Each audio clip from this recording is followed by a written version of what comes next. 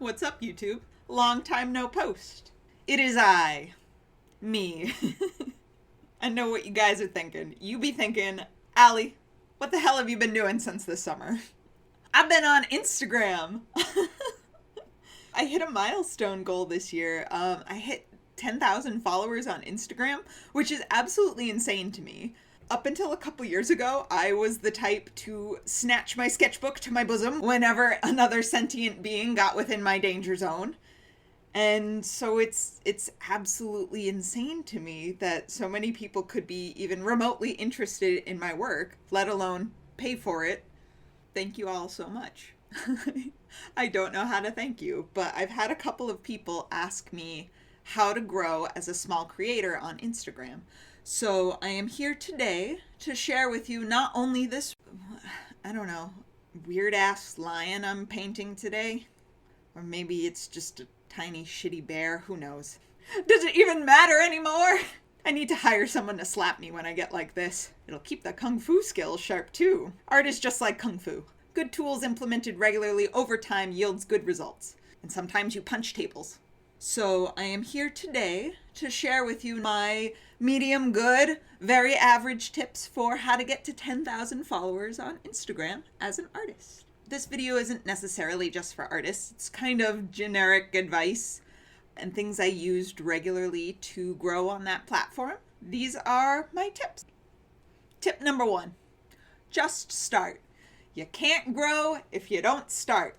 So if you're the type of person who holds themselves back because they feel like they need to have all of their ducks in a row before they get started, and they want to have such and such technique perfected, and I have to have all the right equipment, just know that perfectionism is a bit overrated, and while it is good to put out the highest quality product that you can, it's also okay to learn and grow as you go. So just start. If you're hesitating because you've never posted your work online before, just start with something small.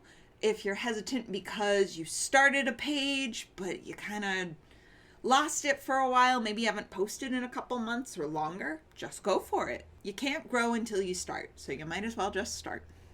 Just do it! Make your dreams come true!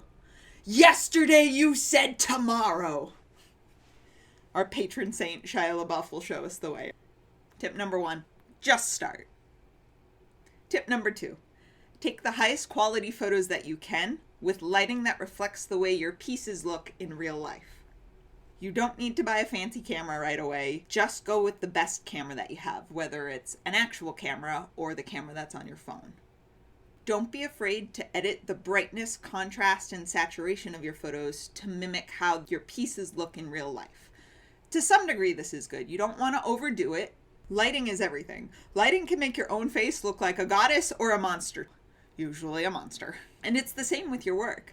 I notice that sometimes my pieces look more natural when I photograph them with my ring light inside, and sometimes they look better in a naturally well-lit room, or even straight up outside on the grass.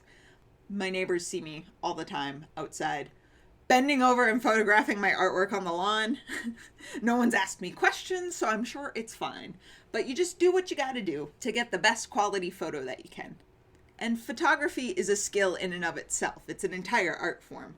So a little bit of practice with this will make it easier for you to identify what will make your pieces look their best. You don't have to start with the best equipment. You don't have to be the best photographer. The more you do it, the easier it'll be for you to identify the things that you like in your photos and that you don't like, and you'll be able to adjust accordingly. Tip number 3, use varied but appropriate hashtags to help you find your people. The world is so vast, you guys. It's huge. There are so many humans. Too many humans? Maybe. Debatable. While I believe that other people's perception of your artwork doesn't necessarily give or take away its validity, it's normal for humans to seek approval from other humans, though cat approval is preferred. If you want to make a living off your artwork, it is important to grow some sort of community or fan base who gets something from your work and ultimately pay for the time that you put into making it. Or maybe you just want bragging rights, that's fine too. Clout chasers, you're valid as well. Either way, your people are out there, and hashtags can be used to help you find those people. Not everybody's going to like your work. Different strokes for different folks, you know? So think about what your artwork conveys to the viewer, or what you want it to convey to the viewer. Is it dark and spooky? Is it cute and spooky? Just cute? Classical? Are you an oil painter? Are you a sketch artist? What are the communities that already exist for this type of work, and what sort of adjacent interests might also be relevant? I've got a pool of hashtags that I've found are effective for my artwork that I've kind of developed over the last couple of years. Some of my favorites include hashtag pop surrealism, hashtag creepy cute, hashtag monster girls. Some hashtags will have millions of posts while others have hundreds or thousands.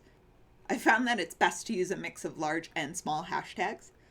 I want the exposure that comes from a popular but relevant tag like kawaii, painters of Instagram, but with the accuracy and intimacy of some of the smaller, more specific tags, like spooky kawaii.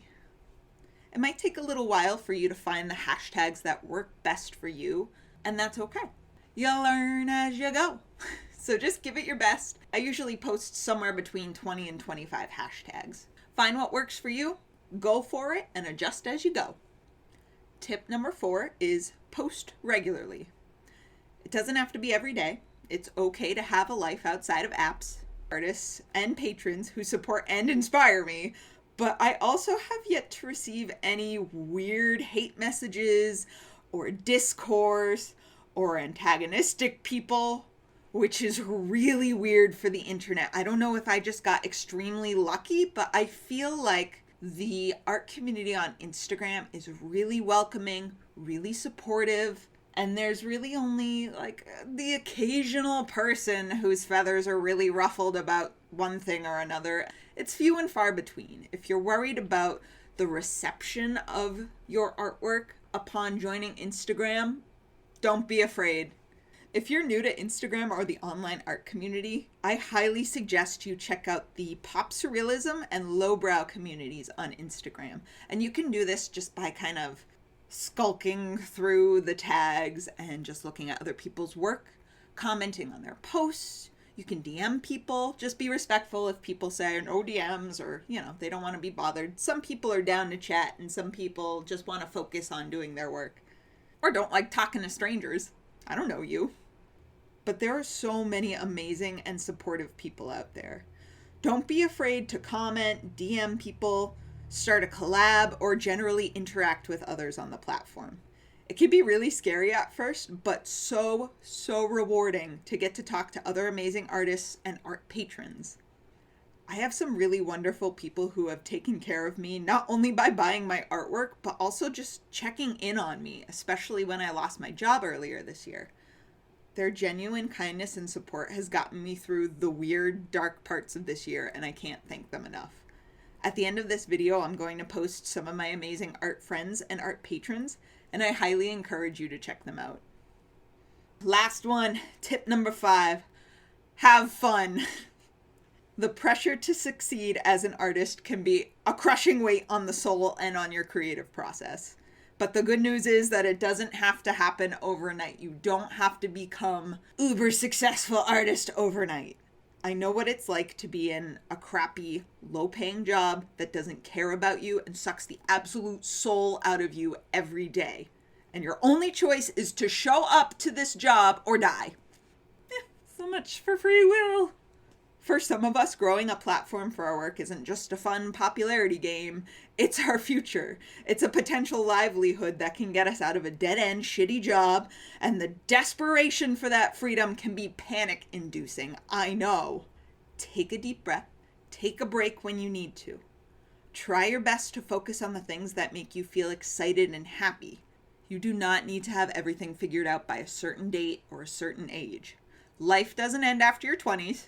I promise. I turned 30 this year and I'm still kicking. Graham's still here. You don't need to have your majorly successful art career figured out by then. Take your time, develop yourself and your skills, and do your best to find the fun and the playfulness in the struggle. I believe in you. That's it, my dudes. Those are all of my tips. They're pretty much the same tips you could find if you just Google how to get to 10,000 followers on Instagram. But that's okay, because some of you, for some reason unknown to me, want to hear me say things and watch art, so that's why we're here. I hope you enjoyed this video. I'm sorry that I'm this way. I tried to shut it off before, but I can't, so now I just embrace it, and that's what we're gonna do. So, I hope you guys got something out of this video. Thank you all for watching, and I will see you in the next video. Bye, my dudes.